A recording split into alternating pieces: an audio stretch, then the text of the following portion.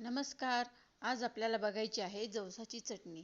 तोंडी लावण्यासाठी आपल्याला जेवणात काहीतरी पाहिजे असतं. त्यासाठी आपण आज जवसाची चटणी तयार करणार आहोत. जवस हे खूप फायदेशीर व चांगले त्यातनं फायबर मिळतात आपल्याला.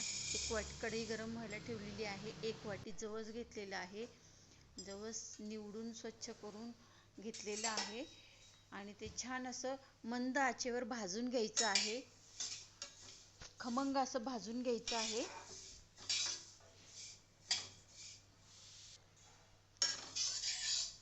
हे बघा, असं छान भाजलं की असं हलकं हलकं चमच्याला लागतं आणि छान असा रंग पण त्याचा परतलेला आहे.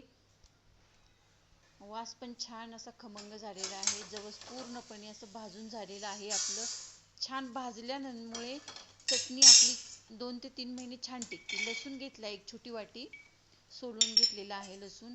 तो पण भाजून घ्यायचा आहे, म्हणजे लसणाचा जरा कच्चेपणा आणि भाजल्यानंतर चटणीला चव अजून छान लागते, खमंग अशी. त्यामुळे लसूण पण छान असं भाजून घ्यायचा आहे. लसूण भाजून झालेला आहे आपला.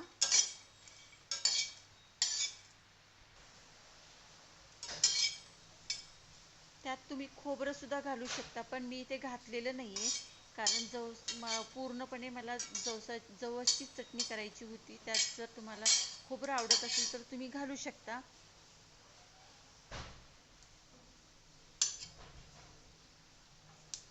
लसूण भाजल्यानंतर त्याचा छान असा वास येतोय.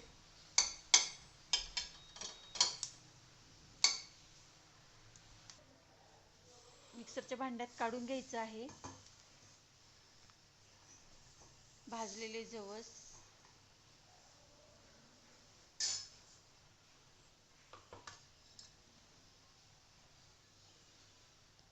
मीठ चवीनुसार घालायचं आहे.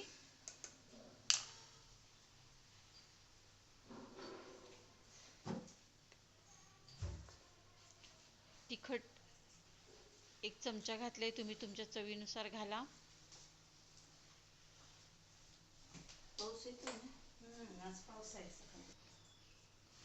सर्व जिन्नस एकत्र फिरवून घ्यायचे. बघा किती छान तयार झाले. छान अशी बारीक करून घ्यायची आहे. खूपच छान आणि खमंग अशी चटणी आपली तयार झालेली आहे. कधीही जेवणाबरोबर साईडला तोंडी लावण्यासाठी ही चटणी पौष्टिक आणि लज्जतदार तयार झालेली आहे. लसूण आपण शेवटी घालायचं आहे, म्हणजे छान. जवस अगोदर बारीक होतात चांगले. लसणाच्या ओलसरपणामुळे जवस जास्त बारीक होत नाही, त्यामुळे शेवटी घालायचं आहे. हे बघा, छान असं बारीक करून झालेलं आहे आणि लसणाची पण जरा चव लागते त्यात. काढून घ्यायचे आणि एखाद्या हवाबंद बाटलीत भरून ठेवायचे.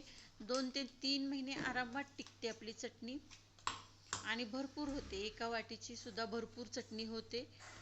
त्यामुळे रेसिपी आवडली असेल तर नक्की ट्राय करून बघा आणि माझ्या चॅनलला लाईक शेअर जरूर करा, म्हणजेच अशा नवनवीन रेसिपी तुम्हाला माझ्या नोटिफिकेशन मिळत राहतील. आणि शेअर करा.